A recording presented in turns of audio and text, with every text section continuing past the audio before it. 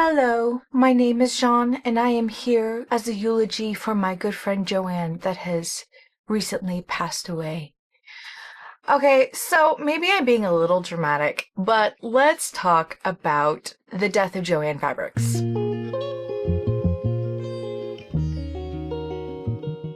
Hello fellow nerds, this is JoAnn. I am a nerd that knits, and we are going to be talking about our RIP, our great friend JoAnn that we will be losing very soon. So a recap, we had heard that we would be losing a lot of JoAnn Fabric stores, and now we had just heard that we are going to be losing all of JoAnn Fabric stores, and I, for one, am not happy about it.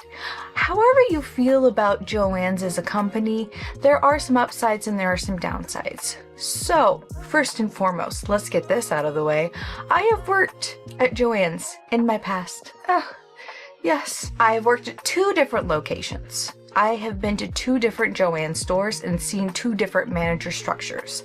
I have also worked at Michael's, and just so we know, I am not going to talk about Hobby Lobby. We are not going to go into that. The only 2 that I'm interested in talking about right now are JoAnn's and Michael's, and sorry, we're not going to have any other discussion past that. So now that that foundation has been laid, let's talk about JoAnn's. So JoAnn's has a little sweet spot in my heart even before I started working there, mainly because I used to do theater. I did theater with my mother. I used to be a seamstress, so sewing obviously is like a big part of my life even before I became a knitter. It was also a big part of my mom's life. My great-grandma was a sewer and my grandma was a sewer, so I come from a very long line of females that sew.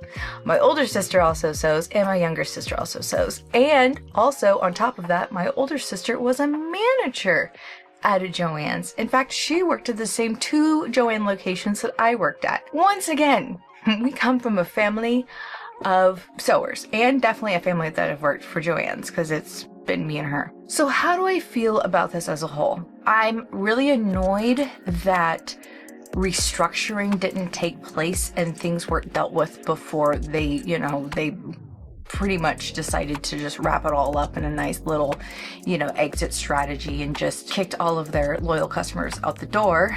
If I'm going to be blunt, we kind of saw this coming just in the crafting sphere. People don't look at handicrafts like they used to, and everything is more expensive. But as a sewer, I'm kind of dismayed because the thing about sewing in fabric is it's very tactile, and it's the same thing with yarn. I feel like you really have to be there to feel it, to see what it looks like, and to kind of do things with it. Like this piece, for example. I got this years ago from a JoAnn's. Now, this was not this color. This was white. It was white. And I dyed it. And I dyed it.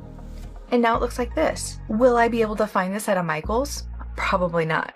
Will I be able to find this at another store? Probably not. I might be able to find this online. But this was just a casual purchase I made at JoAnn's. And it's one of my favorite pieces just because it's such a fun novelty, but done in an exceedingly well way. And these are the kind of things that I'm going to miss when JoAnn's does go bye-bye. And there's a couple of other things that I think that we'll all miss out on. The kitschiest phrase that you will hear when you go into a JoAnn's is, "What are you making?" It sounds horrible. What are you making? Like they don't really care about me. I was supposed to say that to every customer that came at the cutting line. Like when I was cutting their fabric. "Oh, what are you making?" I heard some really interesting stories, by the way, that I won't be repeating because, once again, that was the privacy between me and my customer.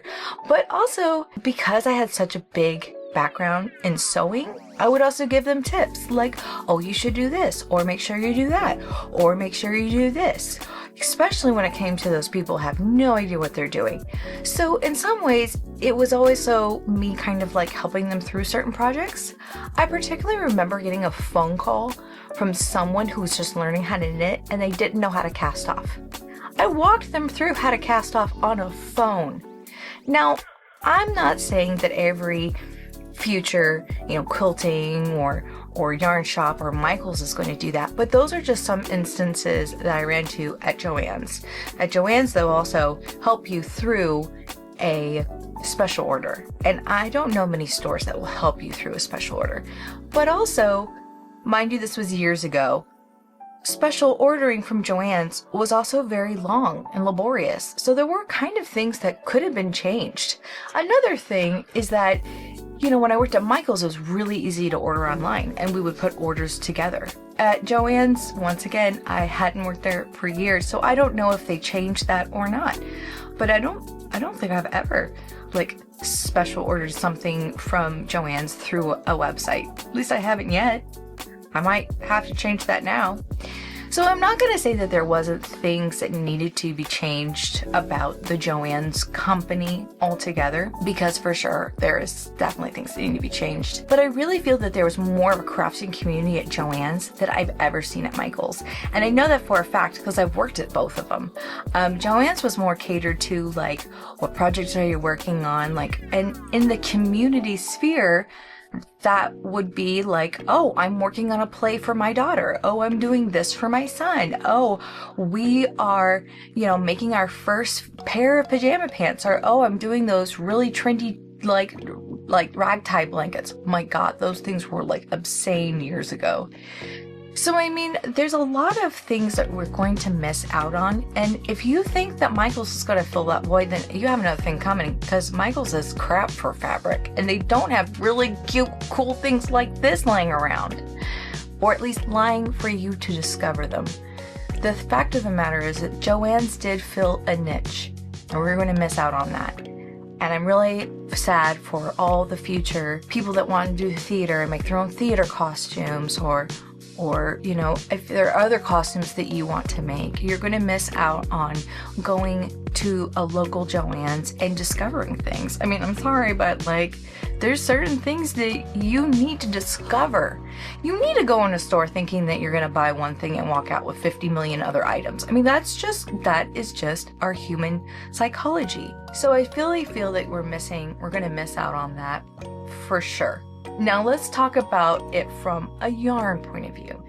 So once again, I talked about more sewing point of view. I'm going to talk about the yarn point of view. Now JoAnn's was a little unique because I would go into a JoAnn's and I would actually find yarn. Yes, you would think that this would be a normal thing, but there's a lot of stores that have one little section of yarn and it's an afterthought. And they just have I'm not a fan of acrylics, so I'm just gonna say it. They just have some red heart in a corner with some crochet hooks and some plastic knitting needles and then done. Good, that crafting soul will be satiated. And that's just not the case. JoAnn's did actually put money into the yarn area, and I would go into a JoAnn's and I would find multiple skeins of yarn. Let me repeat that. Multiple skeins of yarn. Now, you would think that this would be something other stores would do. But no. Do you know how many times I've been into a Michael's going, oh, I would like to make that using that particular yarn because I kind of want to do it on the cheap, and I turn around and I'm like, ooh, there's no way I can make a sweater out of 4 skeins. Nah. Not happening. Do I really want to special order the yarn right now? No, because then I have to think about how much it's going to be and the shipping cost. Do I have to do it online? Can I do it here? There's too many questions. But at least with JoAnn's, I can just walk in and buy all the skeins and I just be a happy little duck and I just go and I just do what I need to do. Other stores, sadly, just do not have the stock on hand. And it really boils down to the stock on hand. Now, I'm not going to deny that in the past couple of years, JoAnn's has definitely fallen short of stock on hand. Be the first one to admit that. I think the last time I walked into a JoAnn's, I found stock laying on the ground because they couldn't hire people. Once again, these are all things that could be dealt with. These are all issues that needed to be addressed. Were they addressed? No, unfortunately they were not. And that is on management, that's on the company, that's on a lot of other issues other than the consumer. Those are not my issues. Those are not consumer issues. those are other issues. If you're blaming the consumer for those issues, then yes, that's the reason why you've gone the way of the dodo. So the last time I went into a JoAnn's, I was looking for beads and hot glue and a hot glue gun fabric for a project, and I found all of it. So obviously craft stores work. I mean, we still have other craft stores around, and they might not be super successful, but they are still making money and they're still making it work. I'm very curious as to why JoAnn's didn't work and why things weren't overhauled with them. So in some ways, JoAnn's was bailed out once, and now the second time it's not being bailed out, mainly because whoever the shareholders were or whoever was in charge of it, they just didn't learn from their past mistakes. Is that sad? Yes. The one thing I do hope for is that someone will take their place that is definitely respectful of the communities that are supporting them.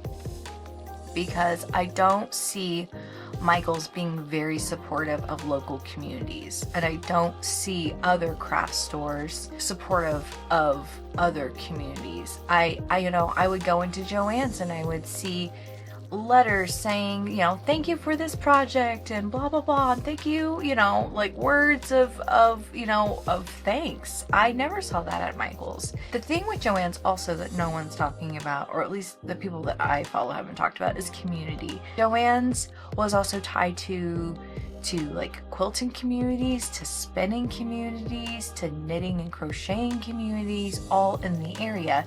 And so like you could be walking around in the store and you can find someone that knits, and then you can like learn from them. I mean, it's just, the community was just very connected in that way, and I just don't see that in other craft stores. There was just something a little bit more personal about JoAnn, and it's just unfortunate that personability is now gone. I went into a Michael's store and they don't really have checkers. They have an automatic computer system to check you out. So no one to ask you what you're making. No one to say, hey, I'm interested, I care about you. It's just a purchase at this point. There's no dorky questions of, hey, what you're making. I think that's what's really unfortunate about the death of JoAnn's, is that at the end of the day, no one's going to care about your project. It's going to be really hard to get those members of the community to work on things together. Before my grandma passed away, she went to a community rec center where a bunch of women had a giant quilt on a quilting frame, and they would all quilt and bitch was the whole thing that they used to do. Here we are, we're moving away from that. We're moving away from this community, be it a female community, a male community, or whatever community you want to be a part of. We're moving away from this kind of community. And some people might say I'm being a little hyperbolic, but I feel like JoAnn's is like kind of the death of a certain community. It might not be the death of the whole community, I'm just saying it's a certain community. I feel very torn about the whole JoAnn's going bye-bye. I know there are a lot of people that are dismayed by it. It's not the best news, of course. I do hope that they keep up with at least an online presence, but I don't know what that looks like, and that is, remains to be seen. Does this mean that we have the ability to support other small businesses and more mom and pop craft stores and craft markets and other places? Of course we do. So I just think that once again we just need to mobilize and then just go that direction. But there is something that will be lost in the ability to go and to discover you didn't know that even existed. There is something fun about finding lace skulls. There's just like lace skulls. Who knew I needed this? And now it's just a part of stuff I do here. Some of the discovery will be gone, and that's sad.